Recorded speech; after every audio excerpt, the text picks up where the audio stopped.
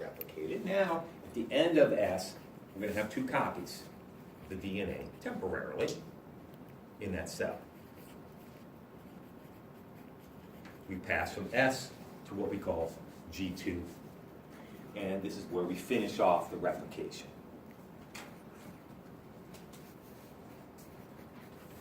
More specifically, organelles need to be replicated too. Many of them, not all of them, but many of them are replicated at this time. So we might replicate some Golgi or some rough ER or smooth ER, whatever that might be. And then the cell starts to think about dividing. Okay? So you're in the kitchen, you're adding the shortening and the flour and everything, you're doubling the recipe right now. So a cell that looks at, and in the week after next, we'll start looking at these. We'll do a lab looking at some of these cells under the microscope. A cell in interphase looks like this. Okay. Note that we're not seeing the entire cell here. There's a cell here, this is the nucleus. What we're seeing here is a membrane surrounding the nucleus, the nuclear membrane, that's very crisp. There's a very clear distinction between the cytoplasm and the nucleus here. Almost as if you could take a pencil and draw it around the nucleus. It's a nice crisp line. You can also see the nucleolus right here, where ribosomes are produced. Okay, but you can't see a whole lot else. Yeah, you see the nucleus, you see the nucleolus, and the nice crisp membrane. That's a cell in interphase. Okay.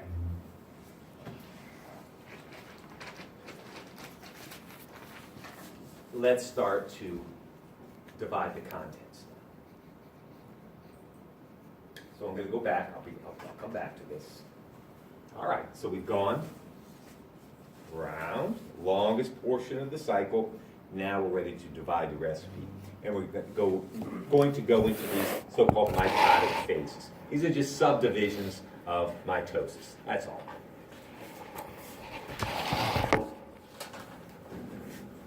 Okay. Now, during the first portion of the mitotic phase, it's called prophase, something called condensation occurs.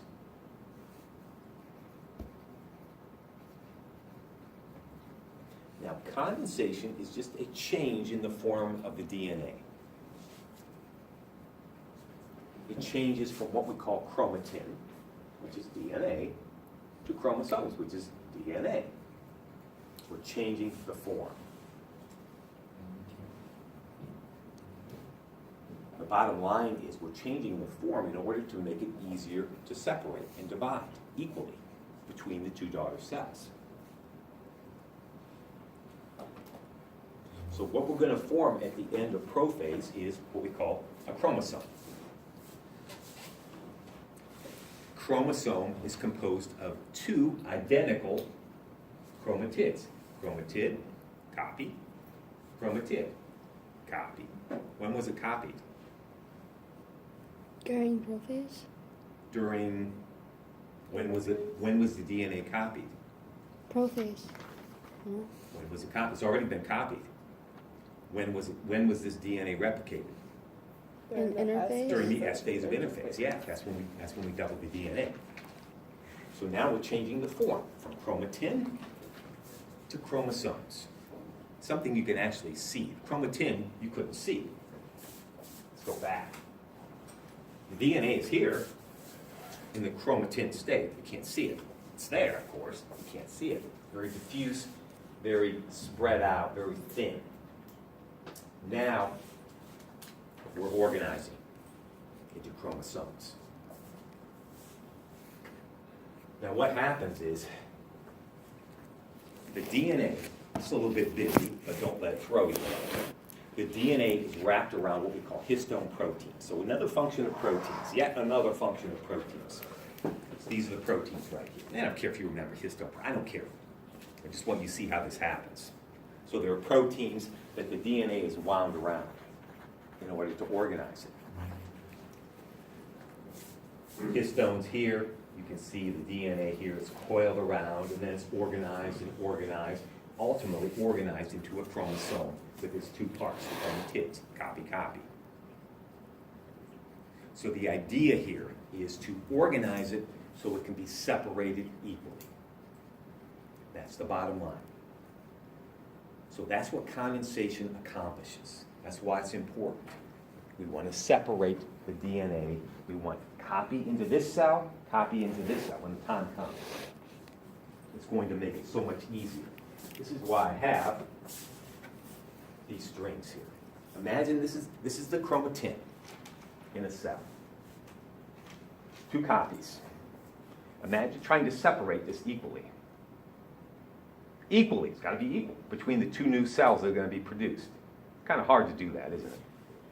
So what condensation accomplishes is this. Look at that. Nicely, neatly organized DNA. Chromosome.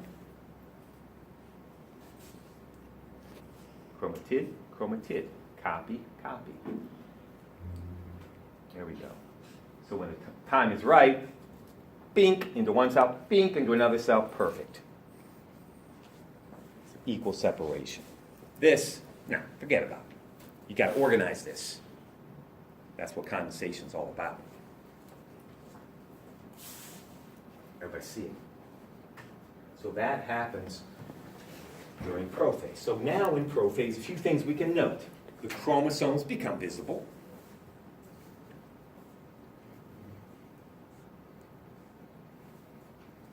The nucleolus is not visible any longer. When you look at a cell in prophase next week in the lab, the nucleolus will be gone. The membrane surrounding the nucleus also breaks down temporarily.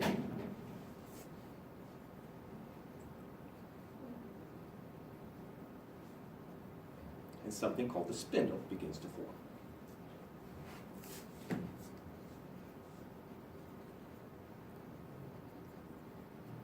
Sometimes the spindle, it depends who you're talking to, but sometimes the spindle can start right at the end of the interface, but minor detail, who cares?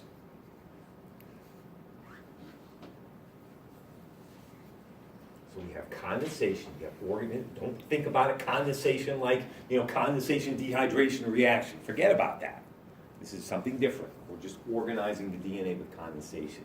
Now we can see chromosomes. A couple of other things happen. This disappears, and something called the spindle begins to form within that cell. So cells here in prophase. Note here, nice cell and interface. You can see the nucleoli, sometimes plant cells have two. Nice crisp membrane surrounding that nucleus. So that's your cell. That's a cell. Another cell in interface. But look at the cell in prophase here. Very different from that in its appearance. Nucleus practically gone. Note, there's not a membrane there anymore. You don't have that crisp line surrounding the nucleus here, the membrane. The membrane has dissolved. And the chromosomes are starting to move about a little bit. You can see the chromosomes here. Like little worms in there or something. Cell and prophase. Cell and prophase, very nice here. It's a little bit blurry, but. So one thing you want to notice is in a section, in an area where you have active cell division going on, all the cells are kind of doing their own thing. There's not a synchronicity to all their activities. They're not all in prophase at once. They're not all in interphase at once. One might be in prophase, the next one might be in interphase, the next one might be in some other phase. Okay. So now we pass into metaphase. So we've organized, we've got chromosomes. The membrane has disappeared, surrounding the nucleus, so the chromosomes are free to move about a little bit. And this thing, the spindle, forms. So now what's going to happen is, during prophase and into metaphase, the chromosomes are going to attach to this spindle thing. The spindle is composed of microtubules. Remember microtubules from, wait a minute, when did we talk about microtubules? Seems like so long ago.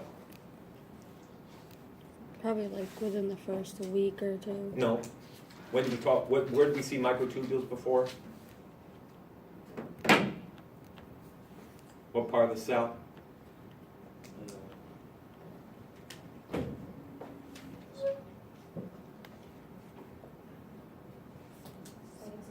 Cytoskeleton. Proteins, again, proteins. Another need for proteins. So metaphase. Kind of get a sense here of what we call the spindle.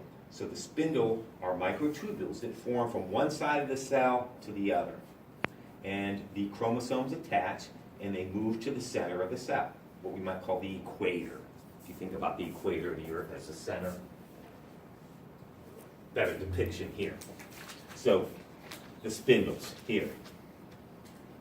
And these are just structures that help to organize the spindle. So the chromosomes all, depending on how many there are per cell, and it's going to vary from species to species. Humans have how many? What? How many?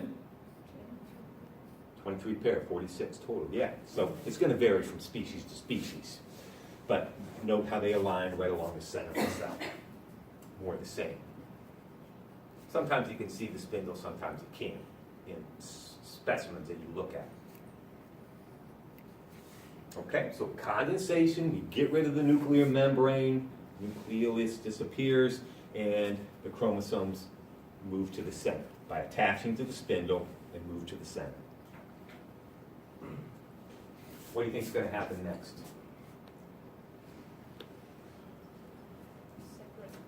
Separation, exactly. Remember, this is copy, copy. So one copy's going that way, one copy's going to be pulled that way. Now it's time to separate the batter, the cake batter, right? So this brings us into our next portion of mitosis, anaphase. So these so-called sister chromatids, or these chromatids separate from one another. And the spindle, or the microtubules, essentially pull them apart. Pull one copy one way, the other copy another way.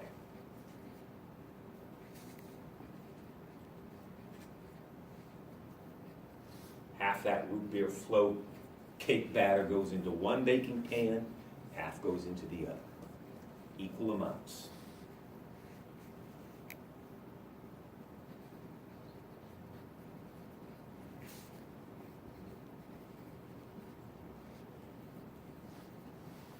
The rest is easy.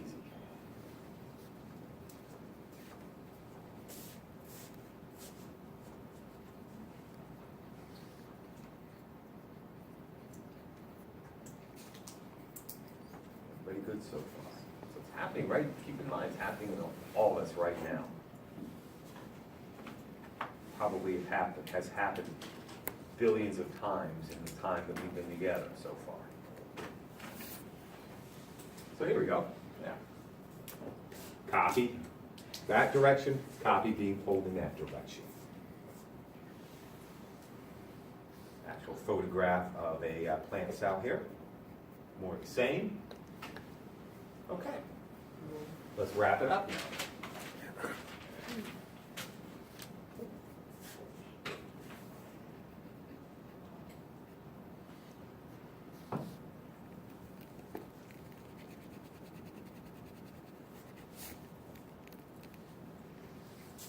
So these last two, I'm just going to kind of group them together.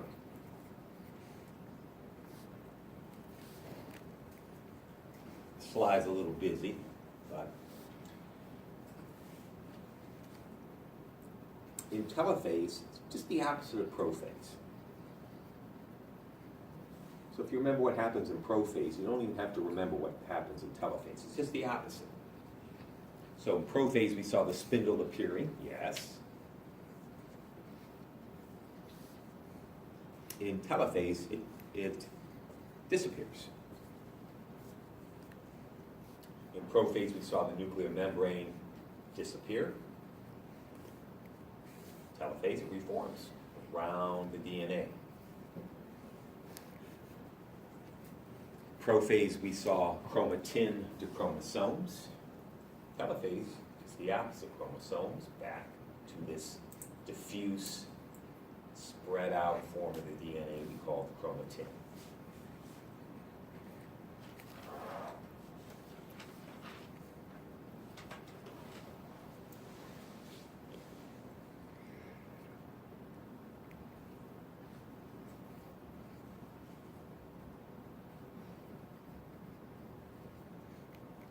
All right.